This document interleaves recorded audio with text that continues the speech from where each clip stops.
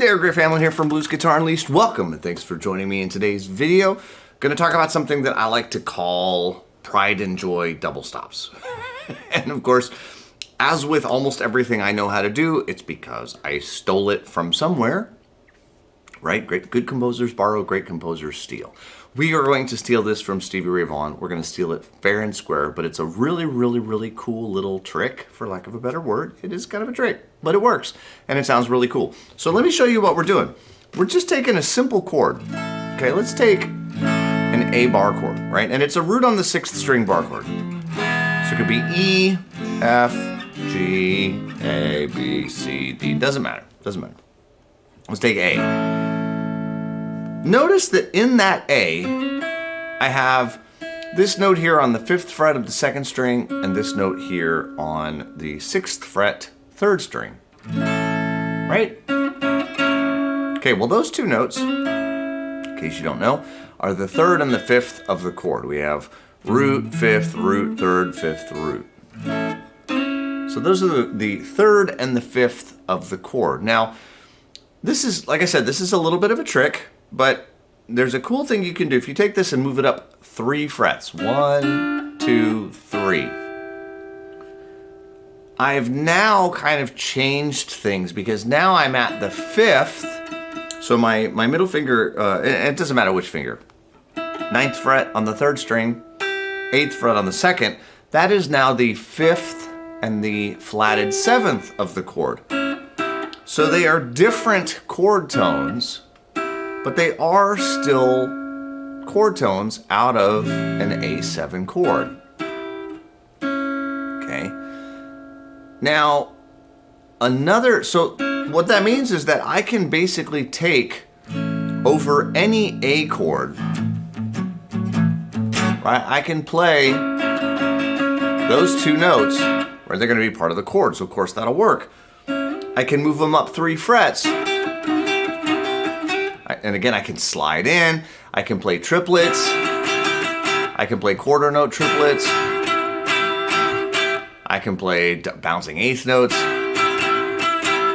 right? All of the usual stuff. And by the usual stuff, I mean variety of rhythm, okay? Variety of rhythm trumps everything. Yes, this is a cool move, and this is a melodic move, I'll say.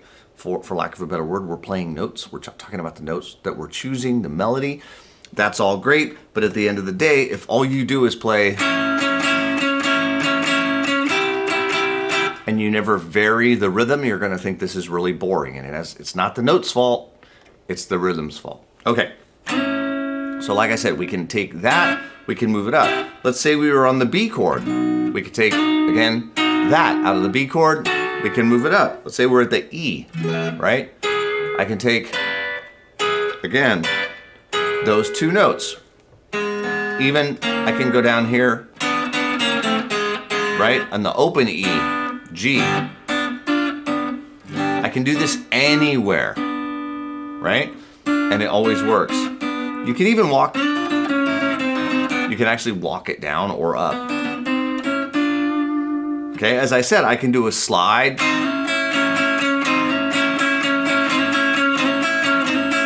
Right, that's kind of Stevie Ray Vaughan, Chuck Berry, whatever you want to call it.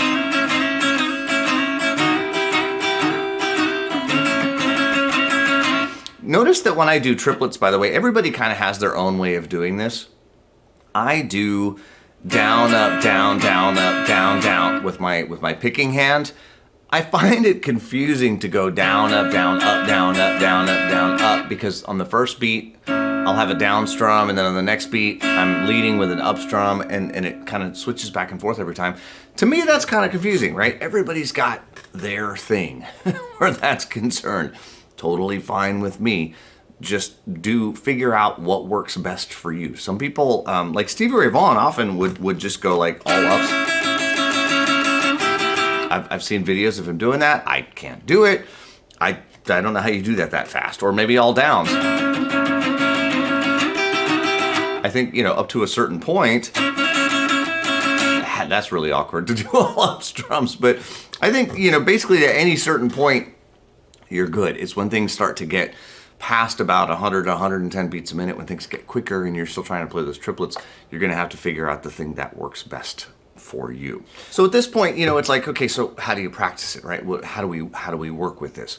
So of course, as I played in, I had a jam track, basically a Pride and Joy style, you know, shuffle in E. That's going to be a little quick, right? 120 beats a minute. That's going to be moving a little quicker. What I would probably do is play a moderate to slow shuffle blues in E, or whatever key you like, into a looper like this. 2, 3, 4.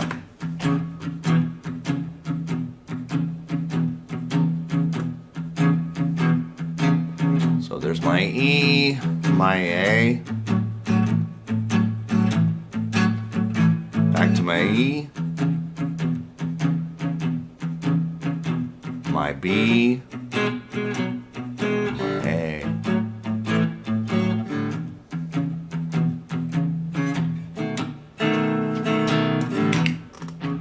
All right, and while I've got that E,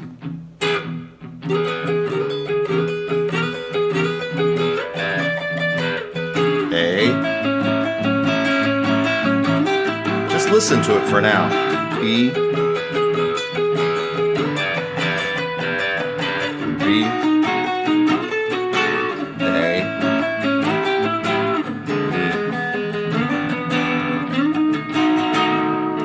All right, so I just played along with every single chord. It's, you know, obviously very, very simple.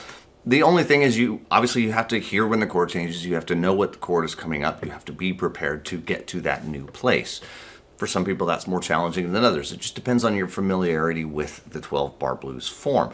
You could do it over an 8-bar blues. It honestly doesn't matter what kind of blues you do it over.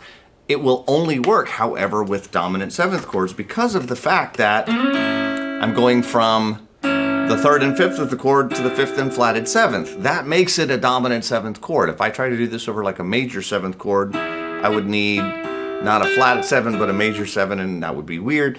This whole thing would fall apart. Now, I'll give you one other little tip, or one other little trick, and it has to do with something that we commonly do where we play a 9th chord. And you may or may not dig the sound of this, but you can take that same 3rd and 5th and lower them by a whole step, which is 2 frets, and you're going to get the 9th and the 11th.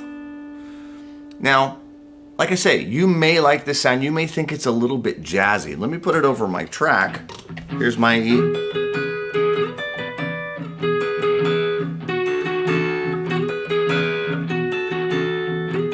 Here's my A.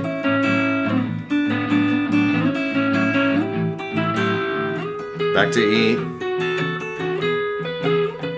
To my B. To my A. And E.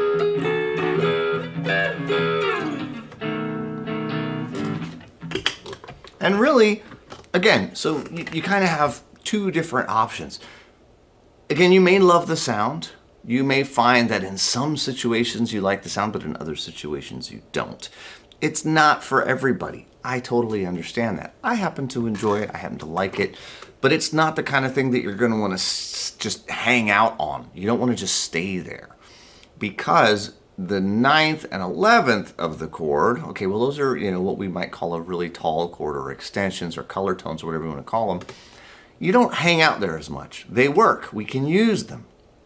But we don't want to necessarily live there. If we live there, it just doesn't ever kind of get back into that awesome, you know, bluesy sound. Okay, so again, you've basically got 2 options. So for any chord you're on, again, it's got to be a root on the 6th bar chord. We have the 2nd and 3rd string note, up 3 frets, or down 2. With the up 3 being the place we can hang out more. And we can walk down, we can slide in.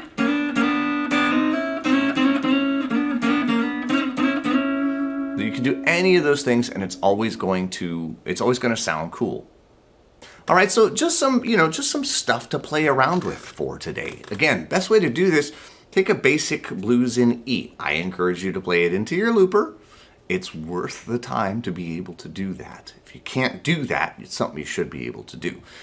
If you don't have a looper or you don't have any way to record yourself playing, you could probably go find a, moderately tempo jam track somewhere. I certainly have plenty of them if you want to go check them out. I have a variety you can choose from. But I encourage you to be able to do that sort of thing, to be able to just play something into your looper and practice over top of it. It's a really, really handy way to be able to practice things right now, very quickly, with no waiting around or hunting around looking for a jam track. Okay, so I hope you dig the video. I hope you'll try this out for yourself. It's a really fun thing to do, particularly like if you take 2 choruses of a solo and you're kind of all done after the first chorus and you need to build that excitement and that enthusiasm. You can jump in with some of these double stops and they really, really take that solo to the next place. So if you dig this stuff, I do have a course, How to Solo Like Stevie Ray Vaughan. It's got this trick as well as many other great Stevie Ray Vaughan isms. I'll try to remember to leave a link near this video. But you can always go check the Blues Guitar Unleashed course catalog or shop, whatever you want to call it, on the website. It says course catalog at the top, so you can click that and you can go check it out for yourself. I am Griff Hamlin, and I will talk to you soon. Take care. Bye-bye.